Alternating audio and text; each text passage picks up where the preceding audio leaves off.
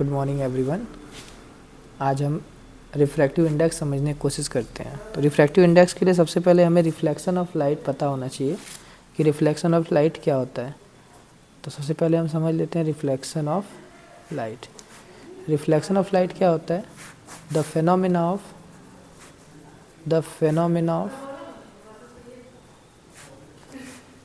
bending of light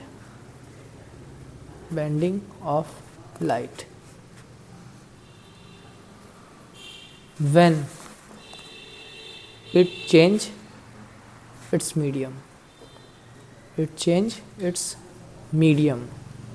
मतलब medium अगर change करे तो जो अगर वो लाइट बेंड करे मीडियम चेंज करने के बाद, तो उस फेनोमेना को हम कहते हैं refraction of light is called refraction of light. For example, जैसे कोई एक ग्लास स्लैब है, ये सारी जो रिफ्रैक्शन वाली फेनोमेना होती हैं वो ट्रांसपेरेंट मीडियम में होती हैं, ट्रांसपेरेंट सरफेस से होती हैं।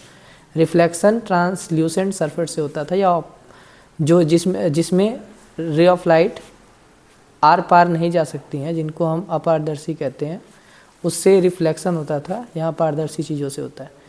तो जब अगर मान लेते हैं कि ये वाला जो मीडियम है ये एयर है और ये ग्लास है, तो हम जानते हैं एयर जो होता है वो ग्लास से कम डेंसर होता है, मतलब रेयरर होता है। तो इसमें एक मीडियम जो कम घना होता है उसको हम रेयरर कहते हैं, और जो ज़्यादा घना होता है उसको हम डेंसर कहते हैं।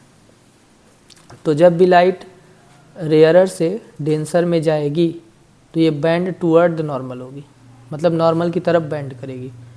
और जब भी लाइट डेंसर से वापस रेयरर में जाएगी ये अवे फ्रॉम द नॉर्मल होगी। और इस एंगल को एंगल ऑफ इंसिडेंस कहते हैं, इस एंगल को एंगल ऑफ रिफ्रैक्शन कहते हैं, इस एंगल को एंगल ऑफ सेकंड इंसिडेंस कहेंगे, और इस एंगल को एंगल ऑफ इमर्जेंट कहते हैं। ठीक है। वैसे नॉर्मली प्रिज्म और ग्लास स्लैब में इसको R1 और R2 से डिनोट किया जाता है। तो ग्लास स्लैब में क्या होता है, यहाँ केस नंबर 1 मान लेते हैं और यहाँ केस नंबर 2 मान लेते हैं। तो केस नंबर 1 में क्या हो रहा है? केस नंबर 1 में क्या हो रहा है?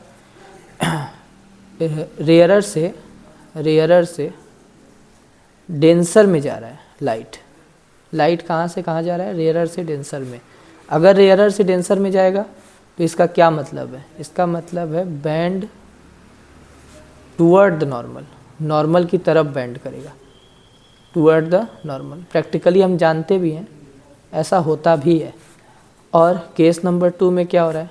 केस नंबर 2 में डेंसर से रेयरर में जा रहा है, और डेंसर से रेयरर का मतलब होता है away from the normal. Light कहाँ से कहाँ जाए? Away from the normal.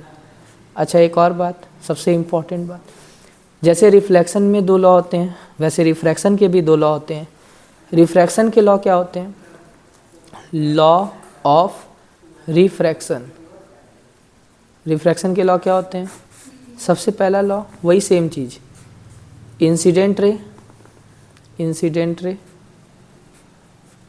Refracted रे, क्योंकि इसमें रिफ्रैक्टेड रे होता है, रिफ्लेक्टेड रिफ्लेक्शन में होता है, refracted ray and normal lies on same plane. कभी कभी ऐसे थियोरेटिकल क्वेश्चन भी पूछ देते हैं, lies on same plane. Similarly जो सेकेंड लॉ होता है वो उससे थोड़ा डिफरेंट होता है, थोड़ा नहीं बहुत ज़्यादा डिफरेंट होता है। The ratio of sine of angle i to sine of angle r is always constant. और यहाँ से कॉन्सेप्ट निकल के आता है रिफ्रैक्टिव इंडेक्स का। क्या कॉन्सेप्ट होता है कि sine of angle i upon sine of angle r, मतलब जो एंगल आई का साइन है और जो एंगल आर का साइन है, इसका जो रेशियो है वो हमेशा कांस्टेंट टर्म आएगा। और ये कांस्टेंट टर्म मतलब अगर ग्लास स्लैब सेम है, एंगल आई को हम बढ़ा घटा रहे हैं, एंगल आर भी बढ़ घट रहा है, लेकिन साइन आई और साइन आर का जब हम रेशियो निकालेंगे, अगर ग्लास सेम है, सेम मीडियम के हिसाब से कर रहे हैं, तो हमेशा एक ही आएगा। इसी कांस्टेंट को हम क्या कहते हैं? रिफ्रैक्टिव इंडेक्स कहते हैं। इसी कांस्टेंट को हम रिफ्रैक्टिव इंडेक्स कहते हैं। इसको डिनोट किया जाता है म्यू से। अब रिफ्रैक्टिव इंडेक्स एक रिलेटिव क्वांटिटी है, मतलब किसी एक मीडियम से दूसरे मीडियम में अगर लाइट रे जा रही है तब के लिए रिफ्रैक्टिव इंडेक्स है, ठीक है। इसका ये मतलब है कि हमें दो तरह से रिफ्रैक्टिव इंडेक्स निकालना होगा। पहला, रिफ्रैक्टिव इंडेक्स का देखो दो केसेस है। रिफ्रैक्टिव इंडेक्स अगर हम पढ़ें, इसका जो तो रिफ्रैक्टिव इंडेक्स का मतलब होता है the ability of medium. Refractive index medium का निकाला जाता है। रिफ्रैक्टिव इंडेक्स का मतलब the ability of medium to bend the light. इसको एक और तरीके से डिफाइन किया जाता है। ये दो होते हैं रिफ्रैक्टिव इंडेक्स, एक होता है एब्सोल्यूट और एक होता है रिलेटिव। एब्सोल्यूट रिफ्रैक्टिव इंडेक्स और relative refractive index. Relative refractive index. Absolute refractive index का मतलब होता है वो रिफ्रैक्टिव इंडेक्स जो एयर के रेस्पेक्ट में हो।